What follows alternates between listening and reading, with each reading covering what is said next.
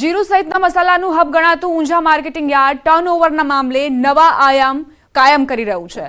4 વર્ષ પહેલા 3800 કરોડનું ટર્નઓવર ધરાવતું ઊંઝા માર્કેટિંગ યાર્ડ જ્યાં હાલ 6000 કરોડથી વધુનું ટર્નઓવર નોંધાયું છે। રાજ્યભરના ખેડૂતો સહિત રાજસ્થાનમાંથી પણ ખેડૂતો ઊંઝામાં જીરું વેચવા આવે છે। અહીંથી ભારત સહિત અન્ય દેશોમાં જીરું, વરિયાળી, ઇસબગુલ સહિતના મસાલાઓ એક્સપોર્ટ કરાય છે।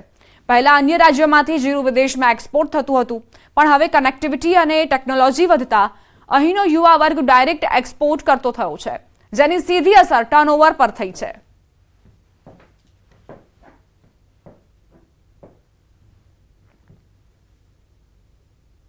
એપીએમસીમાં 2 વર્ષ કોરોના અને મહામારીના આવ્યા છતાં પણ એપીએમસીની જે આવક હતી એ પણ અનેક ગણી વધી છે। લગભગ 60% આજુબાજુની એની આવક પણ વધી છે અને જે એક્સપોર્ટ આજથી 4 વર્ષ પહેલાં જે 4000 કરોડ 3.5 થી 4000 કરોડની આજુબાજુ હતો એ આજે ઊંઝાથી સીધું એક્સપોર્ટ લગભગ 10,000 કરોડની આજુબાજુ થવા લાગ્યું છે અને આ ખૂબ જ મોટો વધારો છે।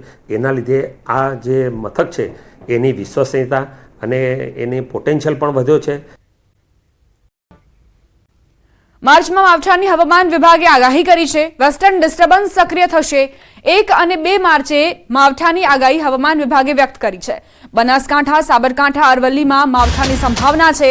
મહીસાગર, દાહોદ, પાટણમાં પણ માવઠું વરસી શકે છે। કચ્છ, દ્વારકા, ગીર સોમનાથનો પણ સમાવેશ કરવામાં આવ્યો છે, જ્યાં વેસ્ટર્ન ડિસ્ટર્બન્સની અસરના કારણે માવઠું થવાની પૂરેપૂરી સંભાવના। આજે માછીમારો દરિયો ન ખેડે તે પ્રકારની સૂચના પણ હવામાન વિભાગે આપી છે। તો કચ્છ, દ્વારકા, ગીર સોમનાથ, મહીસાગર, દાહોદ આ એવા જિલ્લાઓ જ્યાં સંભાવના છે કે માવઠું વરસી શકે છે। વેસ્ટર્ન ડિસ્ટર્બન્સની અસરો વર્તાશે અને માર્ચની શરૂઆત જે માવઠાથી થઈ શકે છે। ફરી એક વખત વેસ્ટર્ન ડિસ્ટર્બન્સે ચિંતા વધારી છે અને ખેડૂતોના માથે હવે આ કમોસમી વરસાદના સંકટ વાદળો ઘેરાયા છે।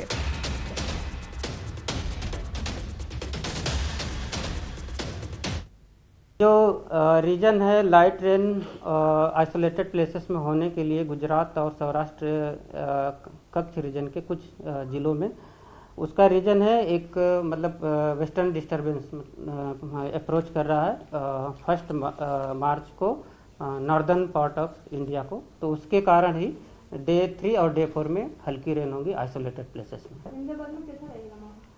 अहमदाबाद में आज का तो मतलब पार्शली क्लाउडी कंडीशन रहेंगी और आने वाले दिनों में मतलब जो डे 3 और डे 4 में हम रेन की बात कर रहे हैं जो अलग अलग ज़िलों पे, तो उसका हम अहमदाबाद पे मतलब होगा ऐसी रेन की संभावना, तो हम उसका अपडेट कर देंगे आगे।